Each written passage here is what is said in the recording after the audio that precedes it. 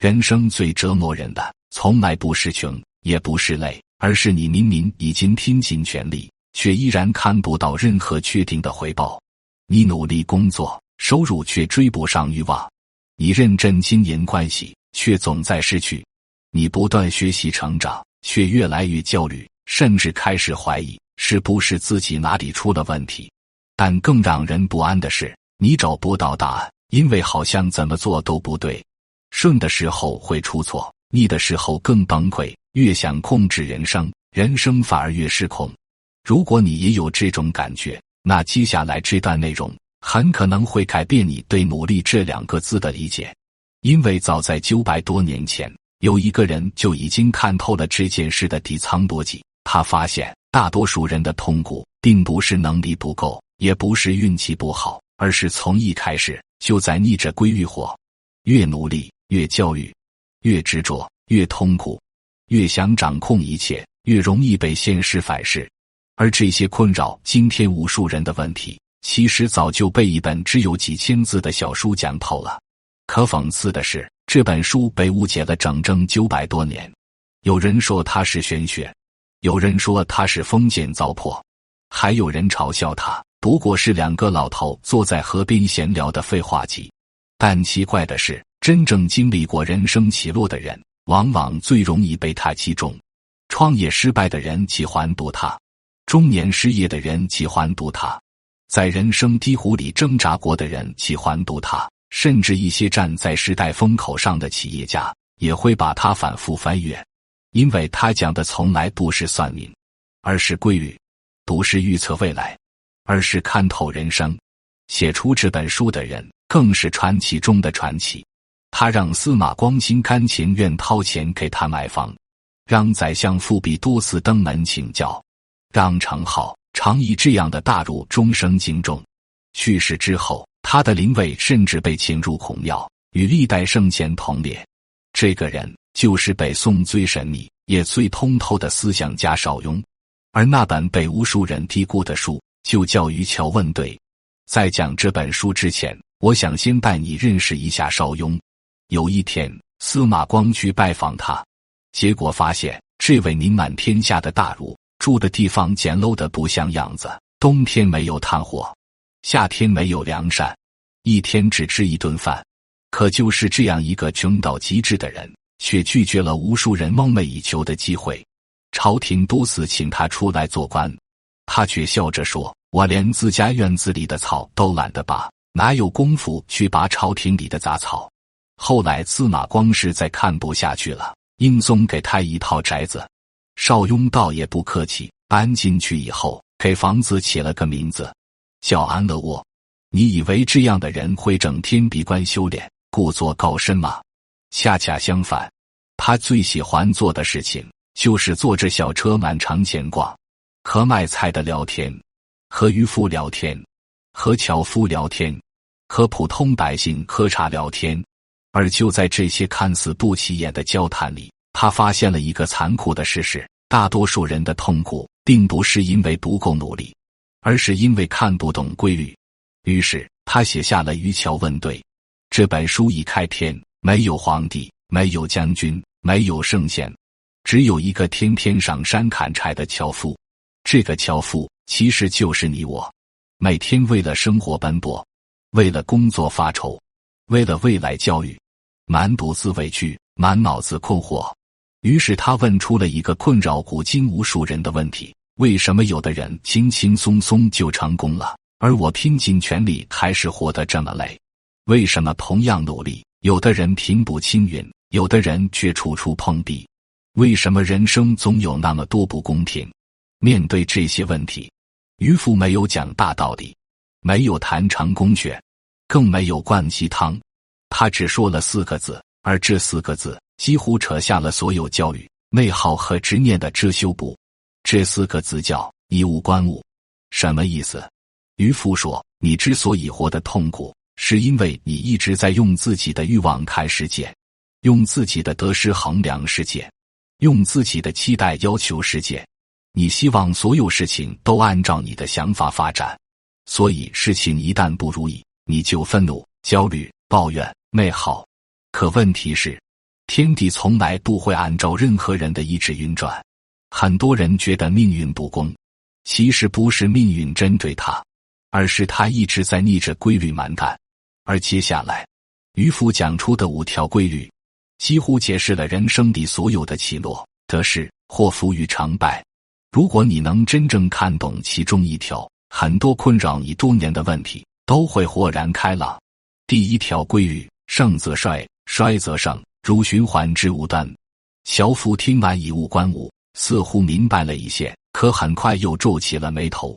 他說，如果規律真的存在，那為什麼有的人一路高歌猛進，有的人卻一直跌跌撞撞？為什麼有人昨天還站在山頂，今天就跌進谷底？為什麼有人已經輸得一無所有，最後卻又翻了身？漁夫笑了笑，說出了與拷問對立極其重要的一句話：盛則衰，衰則盛，如循環之無端。意思是說，天下萬事沒有永遠的興盛，也沒有永遠的衰敗，一切都在循環。很多人第一次聽到這句話，會覺得不過是一句老生常談，可如果你真的看懂了它，你會發現，它不僅解釋了王朝的興亡，也解釋了無數普通人的命運起落，甚至解釋了你為什麼會焦慮。因為絕大多數人的痛苦都來自於把暫時當成永遠。順的時候以為會一直順，跌的時候以為再也爬不起來。可規律從來不是這樣運轉的。很多人最危險的時候不是在低谷，而是在春風得意的時候。升職之後開始膨脹，賺錢之後開始冒進，成功之後開始聽不進任何意見，最後親手毀掉自己。而歷史上最經典的例子就是趙括。很多人提起趙括，只知道紙上談兵，卻不知道在長平之戰之前，趙括的人生幾乎順到了極致。他出身名門，父親是趙國名將趙奢，從小熟讀兵書，談論兵法時，連父親都辯不過他。20多歲就接替廉頗統領40萬趙軍。那一年，整個趙國都把希望壓在了他的身上。天下人都覺得這個年輕人會成為趙國的救世主，可偏偏就在最風光的時候，危險已經開始了。因為人最大的錯覺就是把運氣當能力，把時代給的紅利當成自己的本事。趙括剛接手軍隊，就大規模調整軍令，頻繁更換將領，把趙王賞賜的財物源源不斷運回家中。他越來越相信一件事，自己無所不能。而一個人一旦開始相信自己不會失敗，失敗往往就已經在路上。後來發生的事情大家都知道，長平一戰，40萬趙軍全軍覆沒，趙括戰死沙場，趙國從此元氣大傷。很多人以為趙括輸給了白起，其實不是，趙括真正輸給的是自己人生最成功的時候。因為盛極而衰，從來不是詛咒，而是規律。可惜大多數人只有低下來以後才會明白，這個規律放到今天依然沒有變。前幾年做自媒體的人，踩中流量紅利就開始瘋狂招團隊；做跨境的人，賺到第一桶金就開始加槓桿。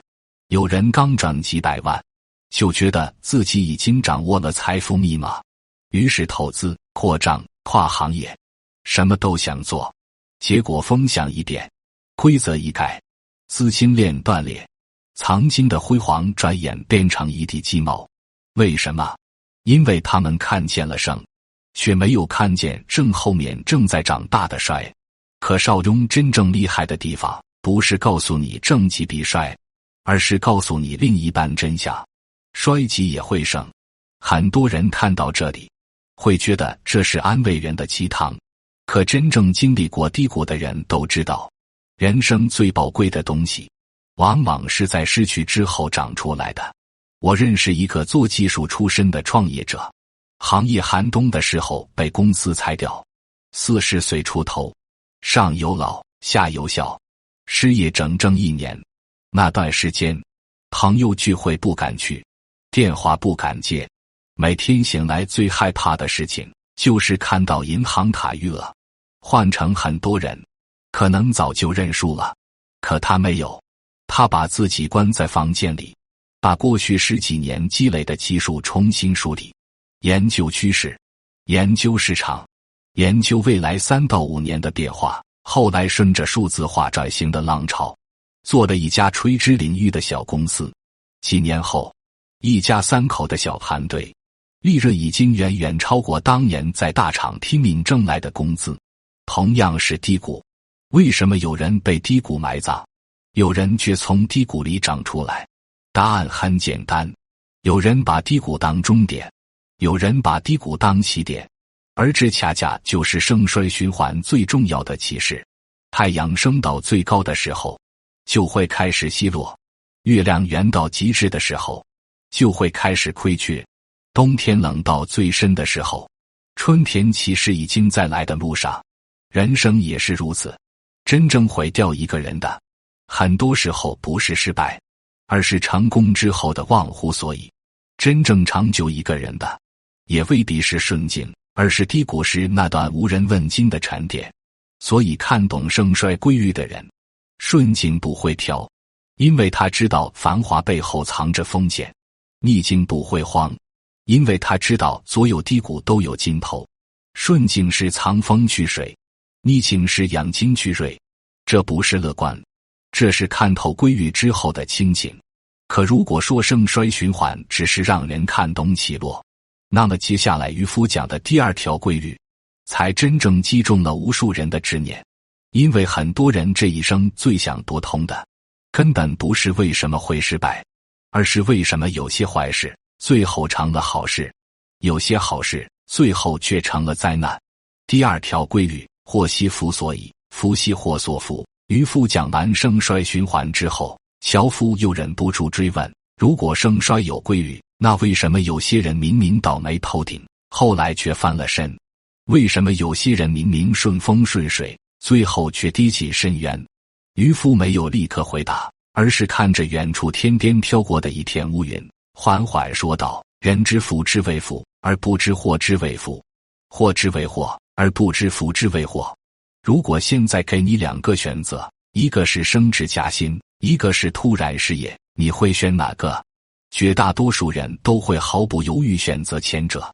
可邵雍卻告訴我們，很多時候真正毀掉一個人的，恰恰是他以為的好運；真正救了一個人的，反而是他最痛恨的那場災難。聽到這裡，你可能覺得不可思議，好運怎麼會害人？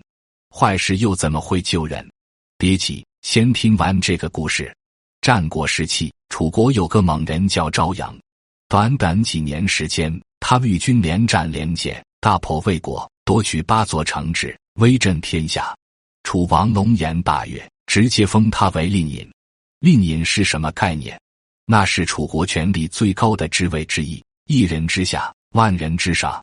如果放到今天，差不多就是30多歲便功成名就，財富、地位、名聲全部拉滿，站在行業最頂端。所有人都覺得昭陽的人生已經沒有懸念了，未來只會越來越輝煌。可誰也沒想到，真正的危險恰恰是在這個時候悄悄降臨的。有一天，齊國書客陳轸前來拜訪，別人見到昭陽都是各種恭維奉承，誇他功高蓋世，前途無量。只有陳轸說了一句讓昭陽後背發涼的話：如果我是你，現在立刻撤兵，再往前一步，不是立功，而是送命。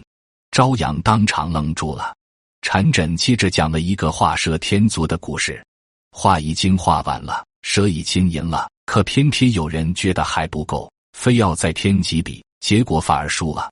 然後陳轸問昭陽，如今楚國還有比令尹更高的官職嗎？昭陽說沒有。陳轸又問，還有比你現在更大的功勞嗎？昭陽沉默了。陳轸說，既然已經封無可封，賞無可賞，那你繼續打下去，一旦贏了，也不過如此。可如果輸了，失去的卻可能是現在擁有的一切。你今天最大的敌人，不是齊國，而是自己的貪念。昭陽聽完冷汗直流，當場下令撤兵。很多人以為昭陽最大的本事是打了勝仗，其實他真正的本事是在最風光的時候看見了危險。因為人最容易犯錯的時候，不是在低谷，而是在巔峰。當一個人連續成功之後，他會慢慢產生一種錯覺，覺得所有成績都是自己的本事，所有好運都是自己的能力。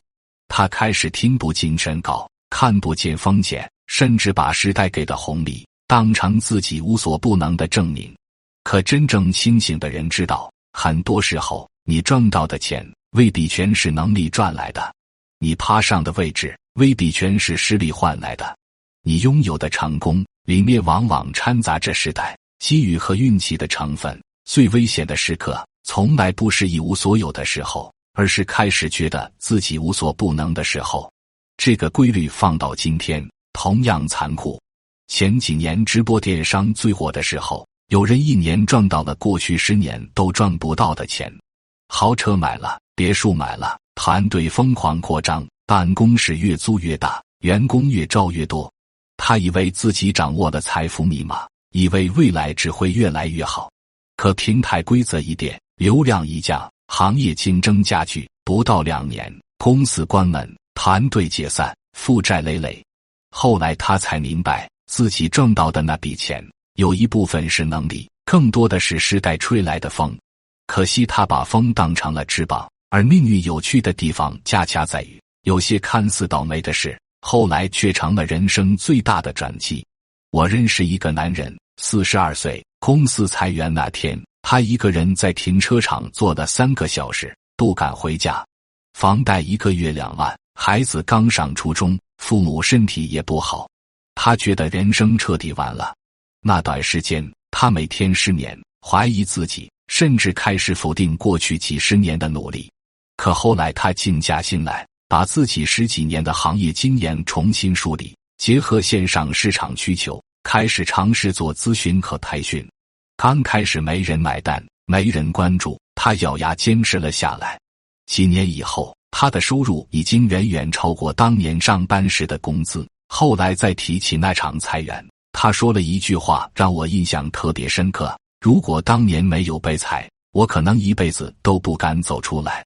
你看，當年讓他痛苦到睡不着覺的事，最後反而成了改變命運的起點。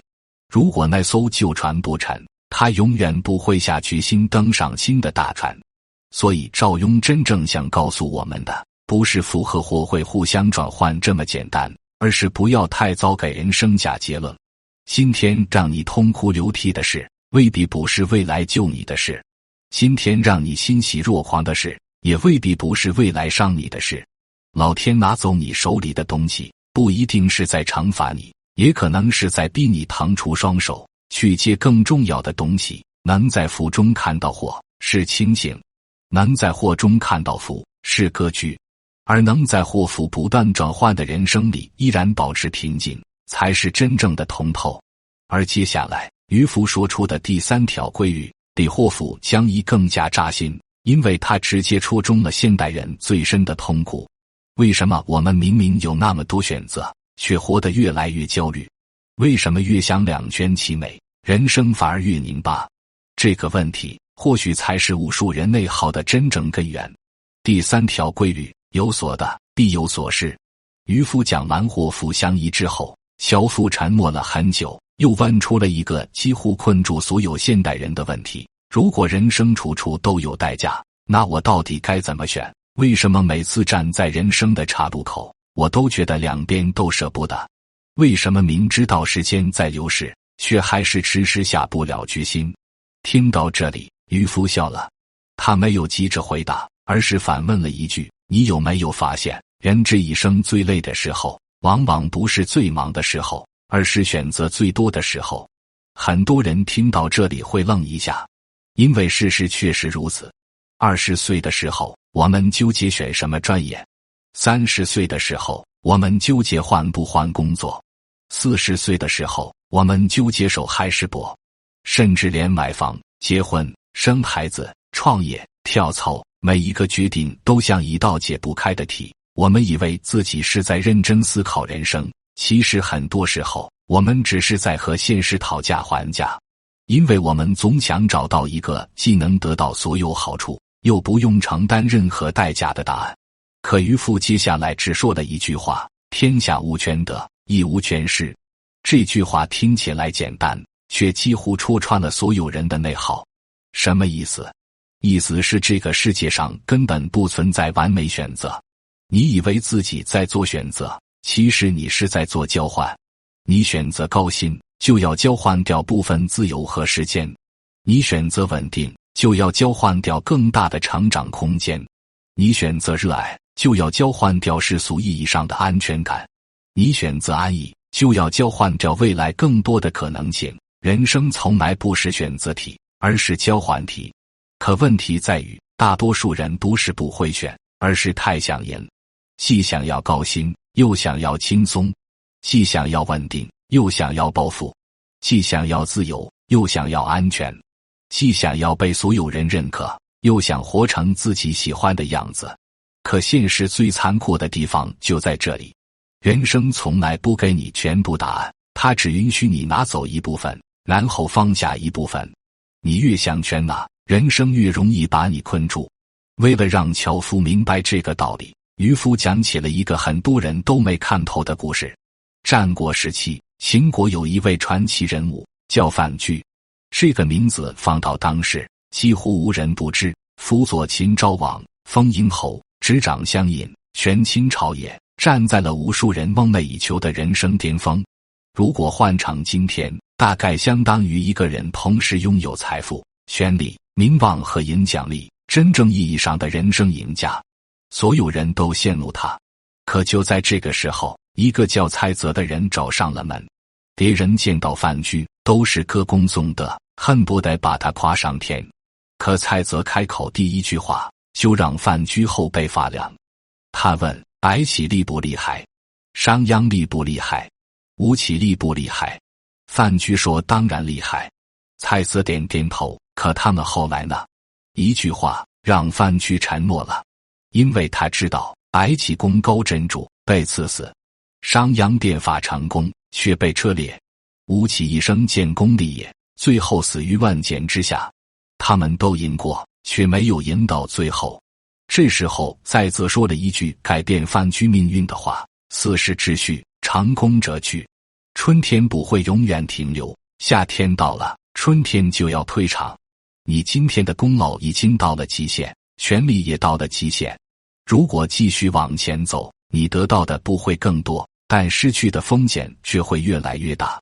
人生不能既要潑天的權勢，又要絕對的安全，你必須選一個。聽到這裡，范雎終於明白了，真正的高手不是不斷得到的人，而是知道什麼時候該放下的人。於是他主動辭去相位，交出權力，把位置讓給蔡澤，最終避開了後來的政治風暴，得以善終。很多人讀到這裡，以為范雎失去了很多，其實恰恰相反，他失去的是權力，得到的是餘生；失去的是位置，得到的是安全；失去的是掌控感，得到的是自由。有些得到看起來是贏，其實是被綁住；有些失去看起來是虧，其實是被解放。而現實中的我們又何嘗不是如此？有多少人困在一份早就不喜歡的工作裡，不敢辭職，因為捨不得收入？有多少人困在一段早已失衡的關係裡，不敢離開，因為捨不得投入過的時間？有多少人明明知道眼前這條路走不通，卻遲遲不肯轉身，因為捨不得沉沒成本？真正困住我們的，從來不是現實，而是捨不得。捨不得過去，捨不得投入，捨不得已經擁有的東西。可你有沒有發現，很多時候，人生最大的代價，不是選錯，而是不選。因為你在猶豫的時候，時間也在替你做選擇。我認識一個朋友，連續3年都在糾結要不要創業，白天上班，晚上研究項目。每次覺得快下定決心的时候，又害怕失敗。結果3年過去了，項目沒做，工作也沒做好，眼睜睜看着同一批人，有人成功，有人失敗，有人成長，而他還停留在原地。後來他跟我說了一句話：最痛苦的不是失敗，而是一直站在路口。這句話讓我印象特別深，因為很多人的人生不是輸在能力上，而是輸在捨不得。所以漁夫想告訴樵夫的，從來不是讓他隨便放棄，而是讓他看清一個真相：人生不是不斷做加法，而是不斷做減法。不是你擁有多少決定了你的高度，而是你願意捨棄什麼決定了你的方向。每一次選擇本質上都是一次放棄，每一次成長本質上都是一次告別。你不可能同時站在2條船上，也不可能同時擁有所有人生版本。頂級的人生從來不是全的，而是干涉。干捨棄不屬於自己的誘惑，干捨棄不重要的選項，干捨棄那些看似美好卻會拖累自己的東西。當你終於接受人生本就是一場交換，不再幻想魚和熊掌間的，不再執着於所有可能性的時候，你會發現困擾你多年的焦慮忽然消失了。因為真正屬於你的那條路其實一直都在那裡，只是過去的你始終不肯放下手裡的東西，所以趟不出手去抓住它。而就在樵夫終於明白取捨之道的時候，他又問出了一個更深的問題：既然人生有規律，禍福會轉換，得失要取捨，那努力到底有沒有意義？人究竟該相信自己，還是相信命運？而漁夫接下來的回答，或許才是整本漁樵問對最重要的一課，因為他直接回答了無數人一生都在糾結的問題：為什麼同樣努力的人，最後卻走向了完全不同的人生？第4條規律：信人事，聽天命。樵夫聽完前3條規律之後，沉默了很久。盛衰有週期，禍福會轉換，得失要取捨，這些道理他似乎都明白了。可他心裡還有最後一個解不開的結。於是他抬起頭，看着漁夫，問出了一個幾乎所有人都問過的問題：如果人生有規律，那努力還有意義嗎？到底是人定勝天，還是一切早已注定？為什麼有的人拼命努力卻一無所獲，有的人好像沒費多少力氣，卻總能踩中機會？聽到這裡，漁夫沒有立刻回答，他只是緩緩拿起魚竿，朝河裡輕輕一甩，看着蕩開的漣漪說道：人謀可以長於世，然非天命不能長也。如果這期視頻你只能記住一句話，我希望就是這一句。因為無數人的焦慮、內耗和痛苦，其實都來自沒有看懂這8個字。很多人一聽到天命2個字，就以為是在講宿命論，以為是在勸人認命、躺平。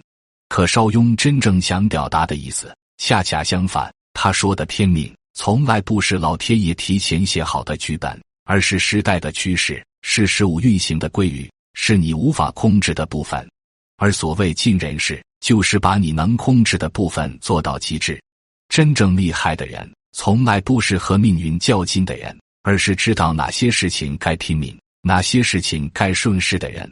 很多人之所以活得累，不是因為不努力，而是因為把所有事情都當成自己能夠控制。他們覺得只要足夠努力，就一定會成功；只要足夠拼命，就一定會得到回報；只要自己不放棄，世界就必須給自己一個結果。可現實最殘酷的地方就在這裡。努力很重要，但努力從來不是萬能的。你種下一顆種子，可以認真澆水施肥，可以拼命除草鬆土，可你控制不了天氣，控制不了季節，也控制不了什麼時候下雨。很多人的痛苦不是輸在能力上，而是輸在把結果也當成了自己的責任。於是結果好了，就覺得全是自己的功勞；結果壞了，就開始懷疑自己，否定自己，折磨自己。最後不是敗給現實，而是敗給內耗。為了讓樵夫明白這個道理，漁夫講起了一個人的故事。這個人叫祝復衍。年輕時候的祝復衍可以說是標準的懷才不遇。他滿腹經綸，才華橫溢，可走到哪裡都碰壁。在齊國被排擠，在燕國沒人重用，在趙國四處碰壁，在中山國依然看不到出路。很多人到了這一步，早就認命了，會覺得自己生不逢時，會抱怨世道不公，會把所有失敗都歸結於運氣不好。可祝復衍沒有，他知道有些事情自己控制不了，但有些事情自己可以控制。所以別人喝酒的時候，他在讀書；別人抱怨的時候，他在研究天下大事；別人自暴自棄的時候，他在打磨自己的謀略和見識。他不知道機會什麼時候來，但他知道機會來了的時候，自己必須接得住。後來轉機終於出現了，漢武帝開始大規模招攬天下人才，整個時代的風向變了。很多人看到的是機會，可主父偃看到的是趨勢。他毫不猶豫吸入關中，他沒有難度，就直接把奏折遞到了漢武帝的車駕前，隨後提出了改變歷史走向的推恩令。這個策略為什麼厲害？因為它不是逆勢而為，而是順勢而為。它剛好解決了漢武帝最頭疼的問題，也剛好踩中了時代最需要的方向。結果短短1年時間，主父偃連續升遷，成為朝堂炙手可熱的人物。很多人看到這裡，會覺得主父偃成功是因為運氣好，可他們沒有看到，在機會到來之前，他已經默默準備了10幾年。機會確實重要，但機會永遠只會獎勵有準備的人。如果漢武帝招賢納士的時候，主父偃什麼都不會，那機會來了也毫無意義。如果他能力不夠，看不懂局勢，看不懂時代趨勢，那麼推恩令也根本提不出來。所以主父偃真正厲害的地方，不是等來了機會，而是在機会沒來的時候，沒有荒廢自己。這也是現代人最容易犯的錯誤。有的人天天研究風口，卻從來不研究自己；有的人天天羨慕別人成功，卻從來不打磨自己的能力；有的人一邊抱怨機會太少，一邊又在機會來臨時毫無準備，結果機會來了抓不住，機會走了又開始後悔。還有一些人恰恰相反，他們明明已經身處夕陽行業，卻依然不願意轉身。行業下滑了，他們拼命加班；市場變了，他們拼命硬扛；方向錯了，他們拼命堅持。最後感動了自己，卻改變不了結果。他們以為自己是在努力，其實是在逆勢而行。所以真正的盡人事，不是盲目用力，而是把力氣用在正確的方向上。真正的聽天命，也不是消極等待，而是在看清趨勢之後，接受那些無法控制的部分。在機會沒有到來的時候，默默積累，不焦躁，不抱怨，這是盡人事；在機會來臨的時候，果斷出手，不猶豫，不遲疑，這是順天命；在時機不成熟的時候，懂得等待，不強求，不蠻幹，這是知天命。很多年以後，人們總喜歡把成功歸結為運氣，把失敗歸結為命運。可真正活明白的人知道，人生從來不是努力和運氣2選1，而是兩者缺一不可。運氣決定你能飛多高，能力決定你能飛多久。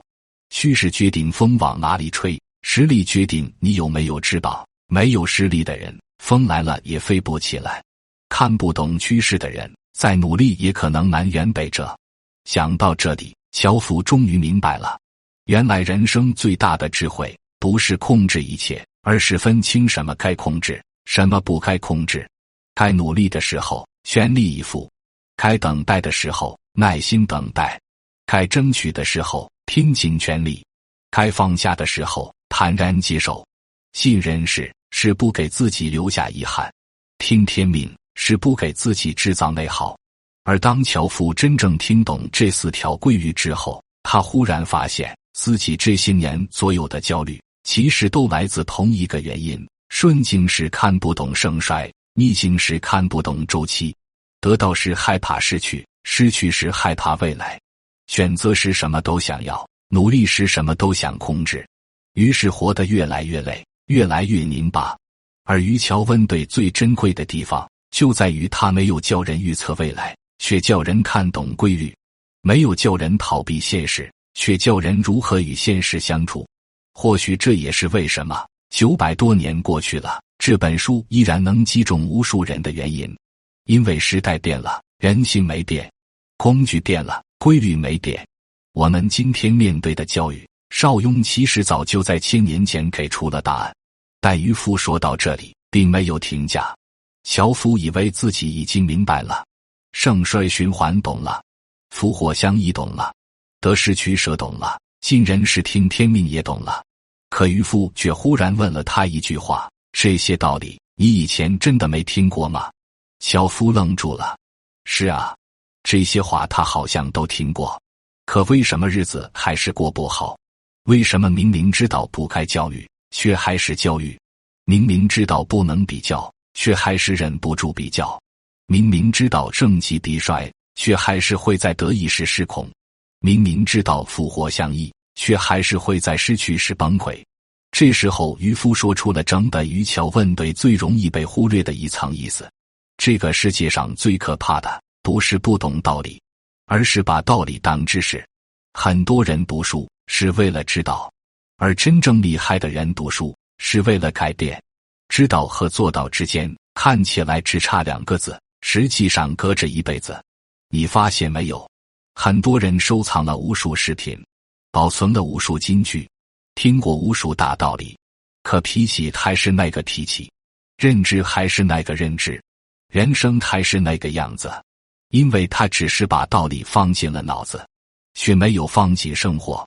邵雍真正厲害的地方，從來不是告訴你規律，而是提醒你，規律不是用來背的，是用來活的。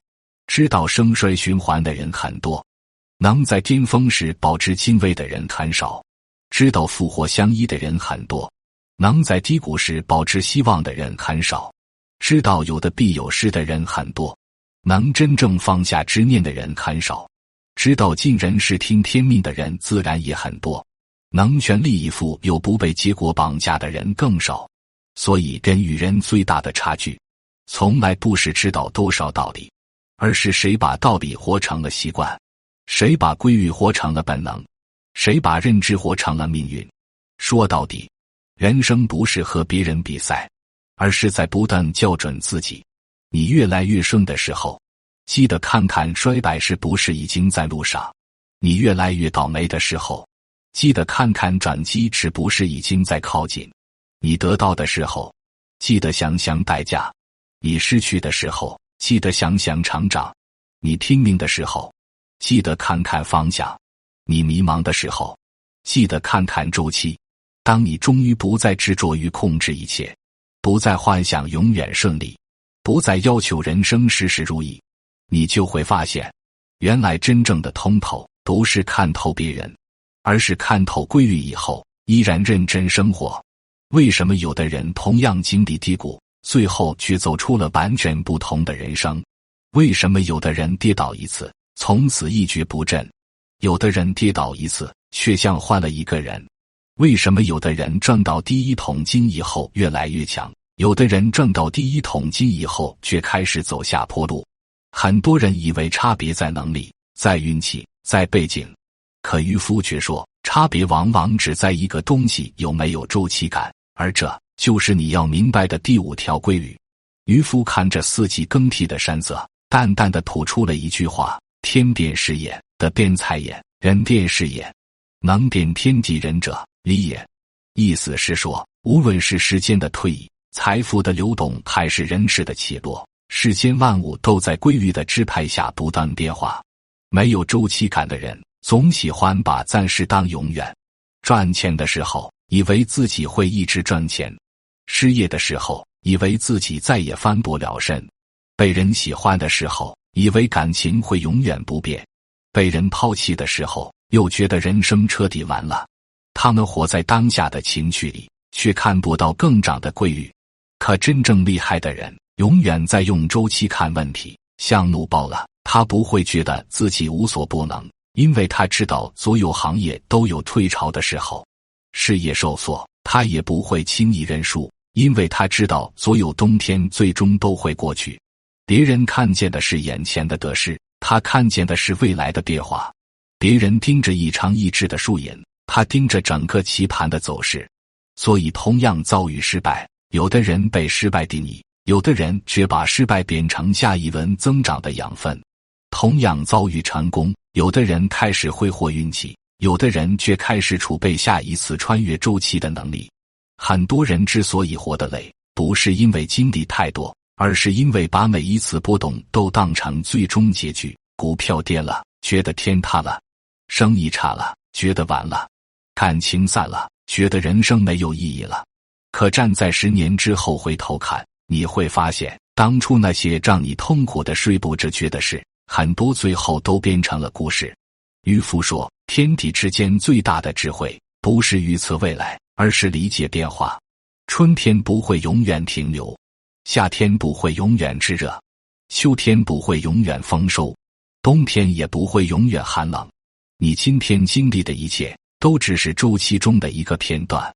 所以順的時候別慌，因為你不知道下一個彎道在哪裡；逆的時候別慌，因為你也不知道轉機什麼時候出現。人生最可怕的不是失敗，而是在低谷時失去耐心。人生最危險的也不是成功，而是在巔峰時失去敬畏。聊到這裡，樵夫忽然沉默了，因為他終於發現自己這些年之所以活得這麼累，並不是命運對他不公平，而是他總想跟規律較勁。順的時候拼命放大慾望，逆的時候拼命抗拒現實。得到的時候害怕失去，失去的時候又遲遲不肯接受。他一直在和世界對抗，卻從來沒有學會與規律同行。這時候漁夫緩緩收起魚竿，看着遠處的河面，說出了整本漁樵問對最值得記住的一句話：人這一生，真正的自由，不是你能控制一切，而是你終於明白什麼歸你，什麼不歸你。歸你的，拼盡全力；不歸你的，順其自然，如此而已。樵夫沒有再問，因為他已經得到了答案。答案不是未來會怎樣，而是從今往後該怎樣活。聊到這裡，漁夫把魚竿收了起來，樵夫也重新把柴捆扎緊了。兩個人沒有告別，一個走向山林，一個走向河流，但樵夫的腳步比來時輕了很多。他不再是那個被生活逼得滿身怨氣的人了。我們捕魚樵問對，不是為了逃避現實，而是為了在這個充滿不確定的世界裡找到自己的節奏感，讓自己在順境時不失控，在逆境時不崩潰，在選擇時不內耗，在結果面前不執念。順的時候別飄，逆的時候別倒，該拼的時候拼到極致，該放的時候乾脆放下，剩下的交給時間，也交給規律。人生真正的自由，從來不是事事如願，而是看透規律之後，依然願意認真生活。順境時不張狂，逆境時不絕望，得意時不忘形，失意時不沉穩。把自己該做的事做到極致，把命運交給時間驗證。如此便是盡人事，聽天命。